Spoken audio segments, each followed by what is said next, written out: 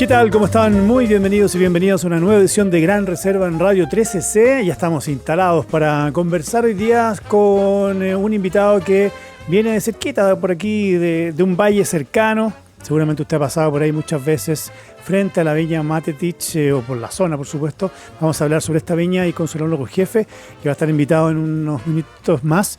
Vamos a hablar también hoy día de unos premios, los premios del turismo, del World Travel Awards, que una vez más se premia a una viña chilena que ha estado sentado aquí con nosotros, que es la viña Vic, con un premio doble muy interesante. Además, un premio que de alguna forma fomenta el turismo y el lujo y tiene un énfasis también en lo que tiene que ver con el mundo del vino.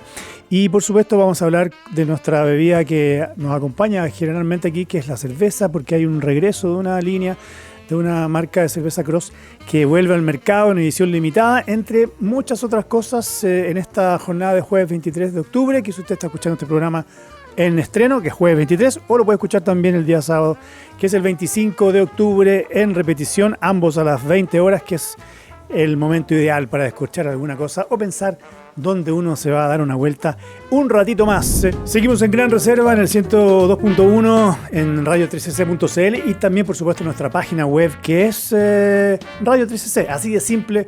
Usted nos busca en nuestro canal de YouTube y ya puede estar viendo las botellas que están acá, que son unas estupendas Matetitx, y también puede ver a nuestro invitado de hoy, que es don Julio Bastidas, enólogo jefe de Viña Matetitx. Julio, muchas gracias por estar acá. Un gusto tenerte aquí como invitado de hoy. Un placer, gracias por la invitación. Encantado de poderles contar dónde está la viña, quiénes somos, qué es lo que hemos hecho todos estos años. Partamos por eso, porque tú vienes de la viña, vienes llegando. ¿Dónde está la viña concretamente cuando uno pasa por ahí? Claro, la zona Casablanca, pasa en los túneles Zapata, cuando va hacia Viña. Claro, la viña está justamente ubicada entre las dos carreteras, entre la 68 y la 78, ¿ya? ¿Cierto?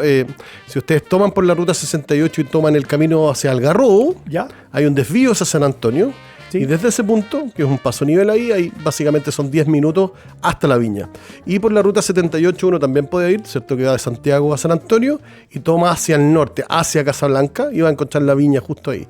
Básicamente la viña está entre medio de las dos apelaciones costeras de esta zona, que es Casablanca, por ¿cierto? La parte más sur de Casablanca, y la parte más norte de la apelación San Antonio. Cuéntame la historia, Julio, un poquito de la viña. ¿Cómo nace? ¿Quién llega? ¿Quién tiene la visión de instalar ahí Matetitx? Bueno, la viña Matetitx es una viña familiar de la familia Matetitx. Ellos son inmigrantes que llegaron hace muchos años a Chile, al sur de Chile, a la Patagonia. Y obviamente dentro de todo de las actividades que ellos desarrollan, la agricultura siempre ha sido fundamental un poco en los modelos que a ellos les gusta desarrollar. Y prácticamente esto nace el año 98-99 con Jorge Matetitx, un poco buscando desarrollar un modelo vitícola en la zona.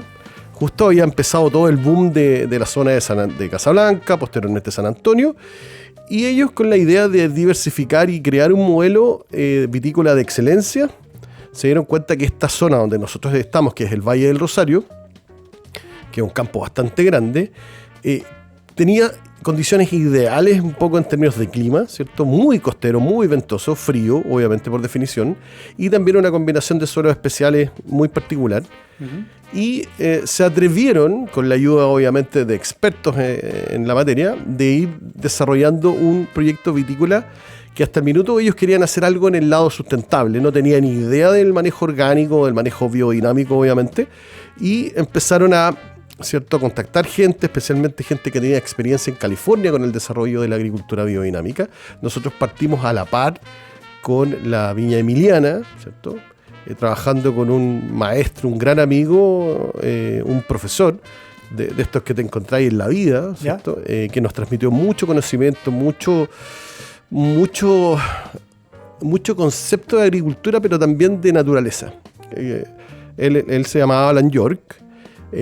Muy conectado también, todos conocemos el mundo biodinámico en Chile por Álvaro Espinosa, sí. Y también Álvaro era un gran amigo de Alan y de él también adquirió un gran parte del conocimiento que Álvaro hoy día tiene, y toda la experiencia obviamente que tiene Álvaro, y tuvimos la oportunidad de vida, que yo siempre lo llamo, de poder trabajar con Alan y con muy grandes personajes del vino y de la viticultura. Por lo tanto, la viña parte desarrollando este modelo de viticultura sustentable, ¿cierto? Esto en el año 99-2000, Ya logra su primera certificación orgánica el año 2004 y de ahí en adelante comienza toda una aventura en términos de conseguir el estatus biodinámico que lo conseguimos aproximadamente el año 2010. ¿Tú cuándo llegaste ahí, Julio? Yo tuve la suerte de trabajar, de trabajar en la Viña Matetic desde el año 2002 prácticamente. Ya, prácticamente fundador. Y prácticamente toda mi carrera, porque en el fondo estando en California conocí a Rodrigo Soto, que era el enólogo jefe en esa época de Matetic, y él me ofreció una posición para poder trabajar en el equipo y la verdad que desde ese punto fue una aventura porque era un lugar donde había mucho por hacer. Las primeras 2 vendimias se hicieron en un edificio, en un galpón básicamente, agrícola, que tenía los equipos necesarios para hacer vino, y de ahí la familia tomó un rol fundamental en querer desarrollar un proyecto de excelencia. Y en el fondo seguimos trabajando en viticultura, plantando más viñedos, y también se construyó una bodega el año 2003, muy futurista, muy sustentable, con mucha tecnología que te permite hacer vinificaciones de muy alta gama.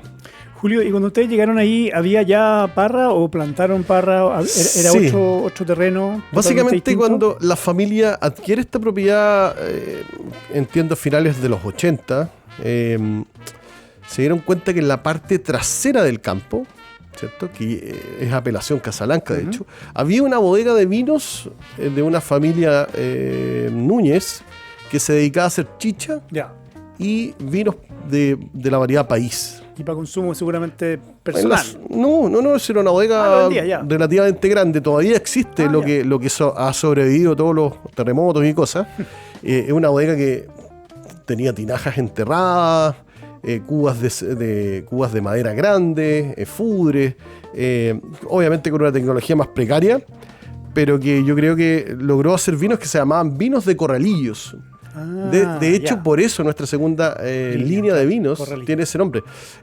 Todavía, como parte un poco de las actividades de turismo que tenemos en la viña y en el valle, hay un recorrido a lo que queda de la bodega, ¿ya? Pero es bien interesante ver cómo ya se desarrollaba viticultura en esta zona. Creemos desde probablemente mucho más de 100 años atrás, porque eran viñedos antiguos que con el tiempo decayeron, hubieron un par de incendios y terminaron por desaparecer, pero ya había un indicio del desarrollo de la viticultura en esta área. Oye, qué interesante eso de las tinajas enterradas. ¿Es por terremotos, por conservación, por clima, temperatura? Temperatura, claro. Sí, temperatura. Fermentaban chicha y algunos vinos blancos que hacían con uva país o algunos moscateles que tenían en esa zona. Y nosotros logramos rescatar algunas y hacemos proyectos pequeños que nosotros lo llamamos como labs, como aventuras enológicas, experimentales, como una línea pequeñita experimental donde vamos fermentando vinos blancos, hemos hecho algunos syrah. Hace un par de años atrás vino un enólogo georgiano que nos ayudó en la vendimia, que su padre era un enólogo conocido en Georgia, y hicimos un poco de Gewürz con Sauvignon Blanc con pieles, un estilo bien clásico como de Kebri.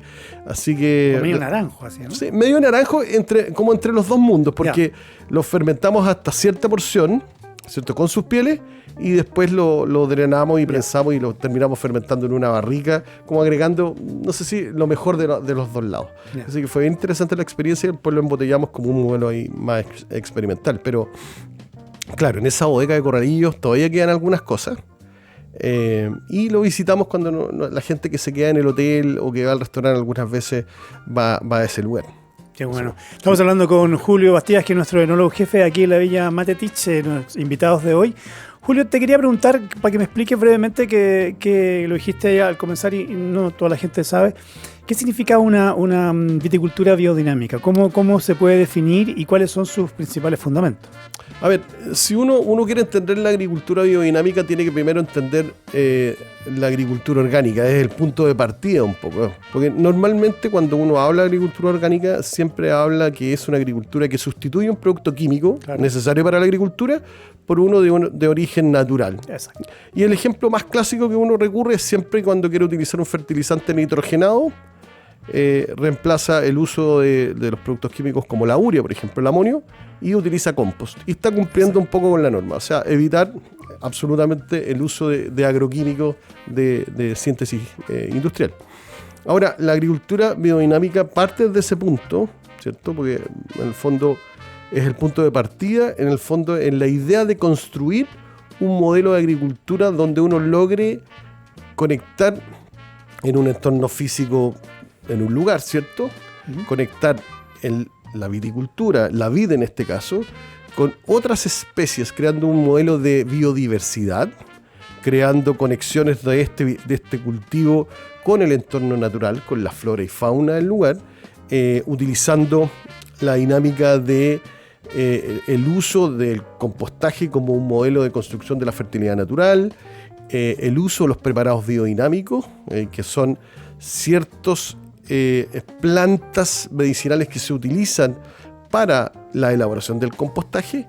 En el fondo lo que busca es crear un sistema, un agroecosistema, ¿ya? No solamente evitando al 100% el monocultivo, ¿ya? El cultivo de la vid en este caso a suelo desnudo, claro. ¿ya? Entonces, y obviamente todas estas labores durante el año incorporan el calendario biodinámico, que es el calendario lunar, ¿cierto? Que tiene obviamente diferentes fases en medida que este calendario te explica, digamos, cómo la temporada va avanzando, qué va ocurriendo en el tiempo, ¿cierto? Hoy día acabamos de terminar un evento cósmico, ¿cierto? Que obviamente tuvimos el equinoccio de primavera, que es donde salimos del invierno y volvemos a la luminosidad, ¿cierto? Claro. Aquí hay mejores temperaturas, aparece obviamente más luminosidad, todavía hay algunos eventos de lluvias donde hay una cierta inestabilidad, es cuando las vides vuelven a brotar, también son sensibles a las heladas, a las temperaturas bajas, por lo tanto, este calendario nos permite ir entendiendo cómo la vida se desenvuelve en el viñedo, en esta zona. Así que yo definiría que es un sistema de agricultura orgánico por definición y que incorpora estos conceptos de biodiversidad, del entorno natural, una conexión mayor con el entorno natural y entender un poco que la vid tiene que convivir con otros seres vivos. Con el otro entorno, claro. Y también tiene algo de místico un poquito, ¿no? Lo biodinámico. Yo te diría que ha sido... medio astral, así. Es que se ha relacionado en términos de que cuando uno ve el calendario biodinámico, es una concepción más holística, ¿cierto? Claro. Es un sistema de agricultura holístico. Y cuando uno lo relaciona con esto más esotérico, es porque las explicaciones de repente han sido pobres, ¿ya?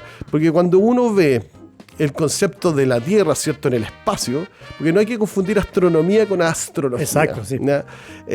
Sabemos que durante las fases de la Luna, ¿cierto?, de 28 días, hay efectos físicos que ocurren en la Tierra, especialmente cuando tenemos la Luna llena, ¿cierto? Se levantan las mareas, ¿cierto? Hay la ley de atracción de masas de Newton, dice que en el fondo el campo, ¿cierto?, se modifica. En el fondo, la gente tiende a pensar en la agricultura biodinámica muchas veces en un término astrológico, porque en el calendario, cuando durante los 365 días del año, ¿cierto?, la Tierra está dando vuelta al Sol y la Luna está dando vuelta a la Tierra, claro, ¿cierto? Y se va generando ciertas posiciones, que es lo que utiliza, por ejemplo, la gente que cree en la astrología, en los signos del zodiaco, sí, que son constelaciones que están en el cielo y que cuando el planeta Tierra se alinea con el Sol, ¿cierto?, en esas constelaciones uno define que pasa algo en un cierto periodo de tiempo. Mucha gente también lo relaciona con luminosidad o con calor, por eso habla un poco de las personalidades diferentes. Pero yo te diría que el concepto más esotérico de la agricultura biodinámica viene por ese lado, porque quizás se ha explicado mal que se utilizan estas constelaciones para medir un poco el espacio-tiempo, qué está ocurriendo en el tiempo cuando la Tierra se alinea con cierta constelación, por ejemplo, en estos eventos de, por ejemplo, primavera. Claro.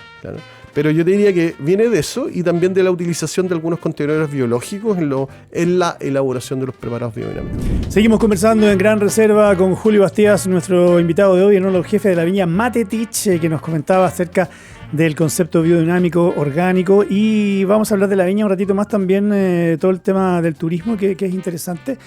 Y te quería preguntar, Julio, tú trajiste 4 botellas acá que forman parte de una línea Corralillo, que lo estaba mencionando, que es la línea inicial, ¿no? Claro, es la línea de entrada de la viña. Después tenemos la línea de Q, que vendría siendo nuestra línea más de terroir. Y finalmente tenemos nuestro vino, a mí no me gusta ocupar mucho la palabra ícono, pero yo creo que es el vino que nos define un poco como la máxima expresión de excelencia y calidad, que es Matetitx, simplemente. Hablemos un poquito de esta garnacha, que es una novedad, ¿no? O al menos para mí una novedad. Yo lo conocía hace muy poquito, porque Yo soy consumidor de Corralillo, el blanco, el Sauvignon Sauvignon Blanc, Blanc, claro, un clásico.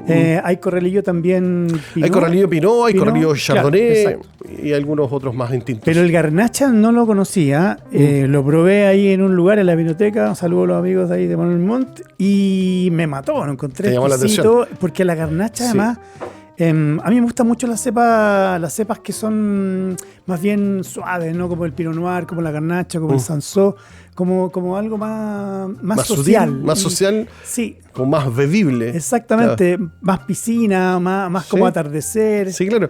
Mira, la historia de esa garnacha es re interesante porque nosotros, después de ya haber trabajado ya varios años en el valle, haber desarrollado varios estudios de suelo con varios expertos, haber entendido un poco mejor el entorno, el paisaje, dijimos, bueno, sigamos buscando excelencia, sigamos buscando innovación, y obviamente siempre la garnacha, y especialmente por un par de viajes que nos hicimos en lo técnico, nos pareció que era un vino que era interesante de conocer y desarrollar, y especialmente porque es una variedad que crece muy bien en el granito, que son los suelos que dominan estas áreas.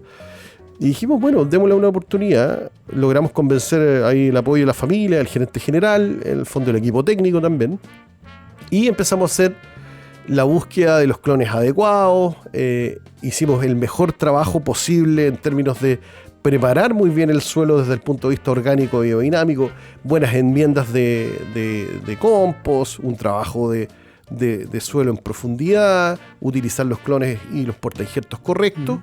Esto fue el año 2017-2018, y la primera producción de esa garnacha fue el 2020, y cuando empezamos a probar el resultado nos dejó muy sorprendidos en términos de la combinación de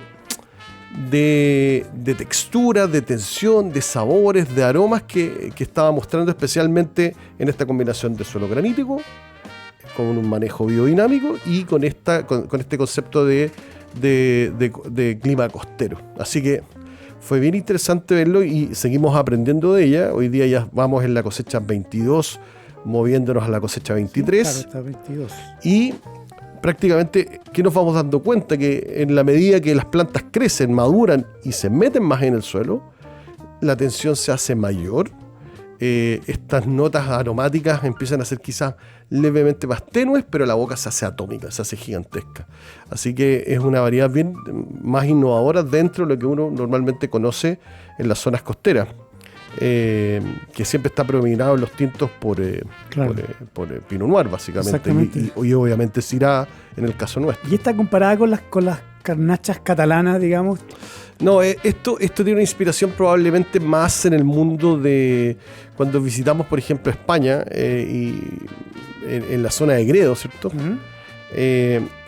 Tiene que ver un poco más con vinos más sutiles en términos de cómo se cosecha. Son vinos que tienen menos alcohol y lo que buscan hacer un vino de una tensión mayor, ¿cierto? Una fineza, buscando mucha fruta, pero a la vez que quede volumen en boca. ¿Ya? Nosotros vinificamos este vino con un porcentaje importante de racimo entero, por ejemplo. ¿Ya? Este vino viene 60% de racimo entero. Y después tiene una guarda que se hace en barricas más grandes, cosa que la evolución sea lenta. Claro. ¿Ya? Tiene más o menos 14 meses en barrica. Pero es una variedad que a nosotros nos sorprende mucho, nos gusta mucho. Es una pequeña producción, son aproximadamente 600, 700 cajas que hacemos por año y que básicamente se venden en Chile y en el Reino Unido. Mira. Estamos empezando a mostrarlo en Brasil hace un par de meses atrás y la verdad que les gustó mucho. Sí, debería andar bien porque un vino fresco. Es un vino fresco y este concepto como un Pinot Noir más mediterráneo, sin estar en la Borgoña y con una variedad así, creo que le da también un segundo aire también a Casablanca, y que no todo sea, por ejemplo, Pinot Noir, claro. o otras variedades como Syrah o Merlot, buscando innovación. Además, la etiqueta llamó la atención como una etiqueta rosada. Nunca he visto una etiqueta rosada. Yo creo que fue un acierto, Sí. porque es difícil no verla. Ahí hubo todo un trabajo de las chicas de marketing. Ahí le mando un saludo a la Claudia Martínez, que un poco ella se jugó por esta etiqueta, porque el modelo Corralillo siempre nosotros habíamos tenido una etiqueta bastante limpia y con cápsula. Claro, blanca. Claro, como- y este modelo un poco se buscó también hacer algo innovador, más rupturista, utilizando esta etiqueta rosa y también cera parcialmente tapando la botella. Eso te iba a preguntar, Julio, que nunca se le preguntaba a todos los invitados que pasan por acá, pero te voy a preguntar a ti. Esta elección de poner cera en la tapa, ¿es una elección estética? ¿Tiene un carácter también de conservación, de asegurarse que no entre nada de oxígeno? ¿O simplemente un caché que diría que todas las respuestas son correctas. Pero yo te diría que lo que uno busca en lo técnico es proteger el corcho de cierto que haya problemas de hermeticidad en la botella. Hace ya bastante tiempo, al igual que muchas otras viñas en Chile, nos hemos ido moviendo a los corchos tipo DIAM, ¿cierto? Claro. Que aseguran también hermeticidad y neutralidad en términos de... Que no son corchos precisamente, sino que son de otro material. Son corchos, pero están aglomerados con otros productos. Claro. Tiene una tecnología que permite que los vinos no se contaminen con moléculas aromáticas duras.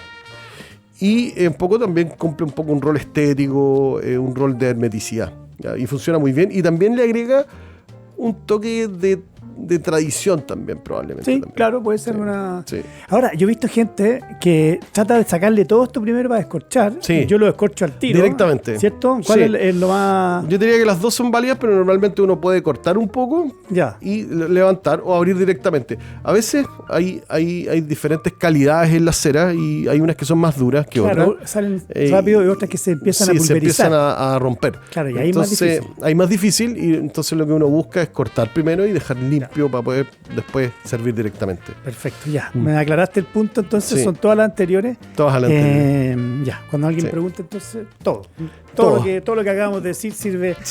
Todas esas explicaciones sirven. Y eso lo ponen así como en la botellita boca abajo y en un recipiente con cera caliente. Sí, ahí se puede hacer muy artesanalmente con una olla a baño María. Claro. Que recuerda como si fuera una depilación. Y harta pega. Claro, o también hay máquinas ya que tienen un termostato y mantienen porque cuando tú la calientas directamente tienes que mantener una temperatura para que se mantenga fluida, pero que tenga la temperatura suficiente para poder hacer que quede bien pegada. Claro, es como las coberturas de chocolate de los helados. Más o menos. Que los ponen ahí, después los airean un poquito. Es lo mismo, ¿eh? Sí, es lo mismo. Es lo mismo y hay muchos colores. Esta no se come, eso sí. No. Se toma el vino nomás. Sería muy buena idea. Seguimos en Gran Reserva en este día jueves 23 o sábado 25, cuando sea que usted escuche este programa. Y les quiero contar que Vic Chile, otra viña que ha estado con nosotros en otras oportunidades, fue doblemente galardonada en la reciente edición de los World Travel Awards 2025, que recibió por tercera vez el título de South America's Leading Wine Region Hotel, que significa algo así como es el lugar más emblemático de hotelería del mundo del vino en Sudamérica, y también como el Chile's Leading Wine Region Hotel, que es también lo mismo, pero a nivel local. Son dos premios, uno sudamericano, uno chileno, y que premia obviamente las estancias turísticas en el mundo del vino, y que compitió con una serie de otros lugares que son resorts bien importantes en Argentina, en Brasil. Es un premio bien interesante porque no solo posiciona a esta viña como una de las innovadoras y de una calidad interesante, sino que también tiene varios premios que tienen que ver con el mundo del turismo y el turismo de lujo asociado al mundo del enoturismo y la excelencia. Así que felicitaciones a los amigos de Vic, que una vez más son premiados en estas categorías de los World Travel Awards, que entre otras cosas premia lugares para visitar, ciudades, hotelería a lo largo del mundo y una serie de otros tópicos asociados al mundo del turismo, en este caso allá en el Valle del Cachapoal, en Millahue, donde está Vic. Así es que felicitaciones nuevamente a todos los amigos de la viña que una vez más reciben estos premios. Escuchas Gran Reserva en Radio 13C con nuestro sommelier musical, Pablo Márquez. Don Julio, usted también tiene en Matetich un hotel excelente y también forman parte de este enoturismo de lujo. Sí, un poco la idea y es un concepto que ha ido ganando cada vez más fuerza en términos de la gente que nos visita. La viña tiene un hotel de 10 habitaciones donde se duerme muy bien, donde se descansa muy bien. Sí, es una casona que la familia recuperó a través de un proceso arquitectónico importante. Es un muy bonito lugar con un muy bello parque. También hay un restaurante donde se come muy bien, donde puedes permanecer toda una tarde en este jardín muy bonito y se come excelente. ¿Ya? Y obviamente se complementan estas actividades gastronómicas y de hoteleras con recorridos en la bodega de vino, ¿cierto? Degustaciones. Y este es un campo muy bonito, es un campo que tiene, ¿cierto?, en lugares muy particulares, donde te invitan a hacer cicletadas, cabalgatas, recorridos, trekking, etc. Siempre tenemos muchas visitas, hay eventos, ¿cierto?, carreras de mountain bike, lanzamiento de autos de diferentes marcas. Hace varios años se ha corrido el rally en la viña también, el rally móvil. Entonces, nosotros, ¿por dentro de la viña? Por dentro de la viña, porque es un campo grande, Sí, donde pues tienes diferentes circuitos. Pero hoy día esta aventura enoturística es algo que la familia quiere impulsar. También tiene otros proyectos en la zona de la Patagonia, ¿cierto?, donde también se dedican un poco a la conservación y al turismo también de lujo, ¿cierto? Y ahí tienen un hotel también. Hay dos lugares, uno se llama Cerro Guido, que es una estancia, ¿cierto?, que la familia tiene ahí en el sur, donde desarrollaron un modelo de ganadería clásico patagónico, y después se dieron cuenta que eso también tiene una afectación en la flora y fauna, y hace varios años atrás empezaron a crear una fundación que se llama Fundación Cerro Guido, ¿Ya? que lo que ha ido haciendo es buscar un modelo más sustentable de ganadería y de protección de la flora y fauna, especialmente de los pumas y de la fauna asociada. Así que contrataron especialistas, es un muy bonito proyecto que también se puede visitar. Y también en la misma zona hay otro hotel que se llama Patagonia Camp también, que un poco ellos también están involucrados en ese proyecto. Pero lo de Cerro Guido es muy bonito porque en el fondo hay todo un trabajo de conservación, de observación de estas especies, de un poco devolverle al modelo original ecológico un poco su participación natural, ¿cierto? Y que la ganadería también sea parte un poco de eso de una manera más sustentable.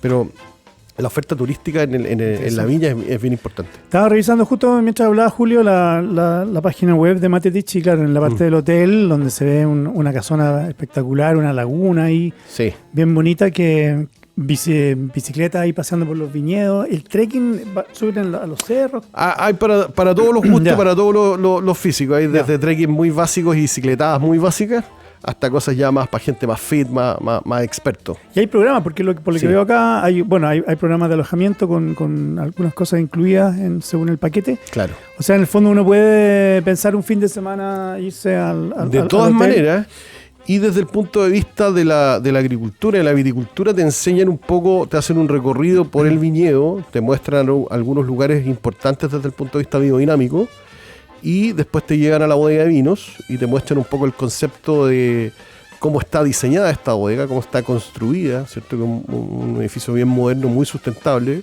porque está enterrado gran parte del edificio está enterrado en la colina, ¿ya? Tienes que visitarnos para... Sí, pues claro, y ahí tuvieron que, hacer un socavón para hacer la viña.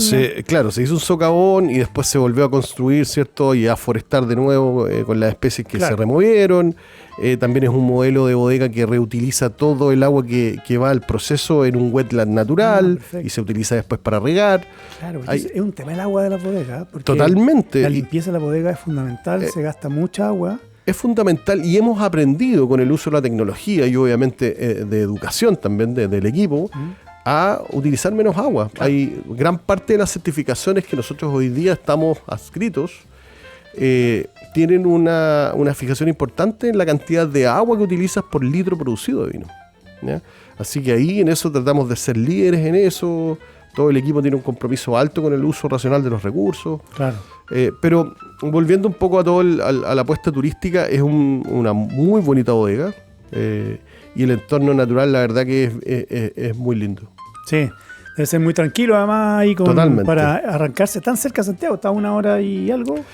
Sin problemas te demoras 1 hora y 10 minutos. Sí, al lado. Y si estás al aeropuerto te demoras 50, 60 minutos. Claro, además queda camino al aeropuerto. Me imagino que deben recibir muchísimos turistas. Muchísimos turistas, básicamente americanos, mucha gente de Inglaterra, Alemania, de Brasil, dependiendo de la temporada. Ya terminó el invierno, pero normalmente cuando hay invierno y esquí hay mucho turista brasileño que viene a visitar las bodegas de vino. Y está la opción también de pasar, Julio, a almorzar así un día cualquiera y Totalmente. Seguir camino.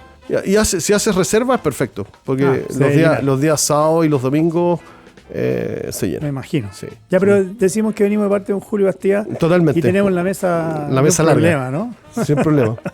Hablamos con Julio Bastía, nuestro invitado de hoy, enólogo jefe de la viña Matetitx. Nuestro invitado, como siempre, consejo de Gran Reserva: el consumo de alcohol en menores de 18 años se encuentra totalmente prohibido. Seguimos en Gran Reserva en Radio 13C y les quería contar que la cervecería Cross, también amigos de la casa que han estado aquí presentes en más de una ocasión, anunció el regreso de una famosa cerveza que es la K110, una Scotch Ale que desde su creación se ha transformado en una de las más esperadas y vendidas de los amantes de la cerveza craft. Es una edición limitada que luego de una larga pausa vuelve y la pueden encontrar ya en los Crossbar, donde están ahí, y en algunos lugares donde también la pueden encontrar embotellada. Pero el nombre de K110 es por el hervor, el tiempo de hervor, que son 110 minutos, que se hace en este proceso para tener más sabor a malta y entregar un carácter un poquito más robusto. Esa es una cerveza de color así café bien profundo, con algo de cuerpo bien intenso y hay un dejo a caramelo, azúcar morena. Para los amantes de la cerveza es una de las delicias que ofrece Cross, así es que ya lo saben, por tiempo limitado también vuelve la famosa K110, que parece el nombre como de un arma, pero no, es una cerveza que obviamente puede transformarse en arma si usted lo ve sin moderación, así que usted no lo haga. Seguimos en Gran Reserva. Descorche y conversación gratis. Sigue Gran Reserva en Radio 13C. Oye, Julio, los enólogos son cerveceros, ¿ah? Yo me he dado cuenta de eso, porque en general cuando están trabajando, obviamente toman vino, porque cuando están en su etapa de civil, después de un largo día degustando, por ejemplo, muchas muestras, especialmente cuando uno degusta tintos. Claro, es cansador, ¿no? Una lager fría al final del día o entre medio funciona muy bien. Se agradece porque te ayuda a limpiar el paladar, pero para mí es mandatorio al final, después de un día largo de degustación, tomar una buena lager fría. Sí, claro, hay los gustos que son como parte de los códigos no escritos de los enólogos. Julio, te quería preguntar ahora por esta línea. Ya hablamos de Corralillo y el origen ahí ancestral, casi el nombre. Sí. Y esta línea EQ, que es el segundo nivel antes de llegar a Matetitx, que es la línea superior, pero los EQ también tienen su historia, ¿no? Sí, los EQ tienen su historia en términos de que la viña originalmente se enfocó en esta línea, en este nivel de vino. ¿Sí? Buscando excelencia, buscando expresar, digamos, la componente, esta palabra que siempre escuchamos que son vinos de terroir. Sí. Y cómo logramos llegar a ese nivel, obviamente a través del conocimiento del paisaje, con diferentes dinámicas y estudios de suelo. Nos dimos cuenta que habían esquinas, cuarteles, lugares particulares del viñedo que te entregaban una calidad superior y una expresión muy pura en términos de lo que uno buscaba en un Sauvignon Blanc, en un Pinot Noir, en un Chardonnay, en un Syrah. Por lo tanto, la línea EQ, que es la abreviación de equilibrio, perfecto, que es un concepto también que te dice mucho en términos de vino equilibrado, pero también con el balance de la agricultura biodinámica. Claro. Tiene ese rol, un poco ser vinos de terroir, vinos más complejos, vinos con mayor nivel de profundidad, de capas. En el fondo son vinos que son muy gastronómicos, ¿ya? Son vinos muy variables gastronómicos. Así que ahí hay un desarrollo y un nivel muy alto en términos de lo que muestra esta línea, ¿ya? Es un poco la idea de la línea de Q. Y bueno, aquí trajiste este es el Coast, que es el Sauvignon Blanc. Ese es el Sauvignon Blanc. 24, allá tienes el Chardonnay. El Chardonnay. Claro. También tiene Pinot Noir y tiene Syrah. Perfecto. Claro. Un poco también en la búsqueda de la excelencia y de conocer mejor el paisaje. Por ejemplo, ese Sauvignon Blanc y el Pinot Noir provienen de un campo que nosotros plantamos en el año 2006 buscando esa proximidad al mar, con una combinación de suelos que más adentro donde está la bodega no existe, que es un granito más rojo. Cerca de la costa empezamos a encontrar un granito que tiene una componente más de hierro, por ejemplo, metida en el medio del suelo. Así que nos dimos cuenta que era una expresión diferente aromáticamente y que obviamente buscaba un poco mostrar eso en los vinos. Así que en el tiempo hemos ido desarrollando un poco esos viñedos buscando esa expresión para estos vinos. Ahora, cuando tú hablas, ya has hablado todo el programa, Julio, de la cercanía del mar y la frescura y todo eso, claro, y vemos el ícono, que no se llama ícono para que no te enoje, el vino top, que es un Syrah. Es un Syrah. Claro, ¿cómo convive un Syrah entre medio de estas variedades que son más delicadas? Porque el Syrah es una cepa un poquito más robusta. Lo que pasa es que originalmente siempre pensamos en cuando volvámonos al año 99 y todo el éxito de los vinos de la variedad australiana, en Australia, perdón, fue súper radical haber visto plantado un Syrah en la zona costera, ¿ya? Claro. De lo cual nos sentimos muy orgullosos de haber sido pioneros en dar ese paso. Obviamente hay otros productores en la zona, Garcés Silva, la Marilu Marín, Viña Leida y otros tantos más que después siguieron un poco los pasos que nosotros habíamos dado en términos de plantar Syrah en el lugar. La expresión es absolutamente diferente y tiene que ver más con la expresión clásica de los Syrah del Ródano, ¿ya? Claro, porque en Australia son más intensos, hay más son calor. Más intensos, son más maduros. Aquí es un vino muy floral, hay notas herbales, notas a especias que se confunden un poco también con la textura. Por lo tanto, cuando nosotros mostramos el primer Syrah en Matetitch el año 2001, de la cosecha 2001, fue súper rupturista y me recuerdo en esa época nos puso muy en onda de la innovación, ¿ya? Del lugar. Y hoy día por eso también creemos, a pesar que es una variedad maravillosa de trabajar, que nos encanta hacer, es una variedad que es compleja a nivel de mercado. No es fácil vender Syrah. Sí, yo pensaba lo contrario. No, es difícil vender Syrah. Si uno ve las ventas totales de Chile, probablemente el Syrah, sin miedo a equivocarme, bordee el 2%, incluso menos que eso. Por lo tanto, es una apuesta importante, pero que creemos en ella y creemos en las condiciones del lugar y en el manejo. Pero sí, el Syrah es un vino realmente maravilloso en estos climas. Sí, y habiendo muy buenos Syrah, entonces es curioso. Bueno, la gente en general compra lo que conoce y es difícil a veces que se enganche con pero cosas sabes nuevas. que me pasa mucho, quizás no tanto en Chile, pero cuando me toca por trabajo ir a mostrar los vinos a otros lugares, hay un prejuicio y un desconocimiento a pensar de que es una variedad que como que te cansa de tomar. Claro, que a lo mejor se quedan con la imagen de ese Syrah más Claro, pesado, más y alcohólico. cuando lo prueban dicen, wow, incluso me han dicho, no, esto no es de Syrah. Chile. No, ¿cómo esto es Syrah? ¿Es vino chileno? No sé cómo. Claro. Entonces, yo creo que yo en el fondo los dejo invitados porque la verdad que es una variedad maravillosa y que tiene en las zonas costeras, a mi juicio, una expresión que es muy particular. Muy particular, esta combinación de frescor, especias, notas florales, con una textura muy particular y una jugosidad, por obviamente la zona costera. Son vinos bien interesantes de Sin probar. duda alguna. Sí. Matetitch, sin duda, una de las grandes viñas que tenemos en nuestro país, con vinos que han sido también aclamados durante muchísimo tiempo. Julio, muchísimas gracias por esta visita. Gracias por la invitación. Me quedé pegado aquí viendo las fotos de la viña, el restaurante La Casona. El restaurante... El Equilibrio, el restaurante Equilibrio en La Casona. Y el hotel se llama La Casona. Hay unos cerros ahí que no sé si sería capaz de subirlos, pero un par de copas de vino, sí. Algún día le daremos el empeño. De todas maneras. Gracias por la visita, Julio. Muchísimas gracias. Un Felicitaciones. placer. Muchas gracias. Y estamos llegando al final de este Gran Reserva en esta jornada. Nos queda todavía un programa de octubre. En la próxima semana cerramos el mes.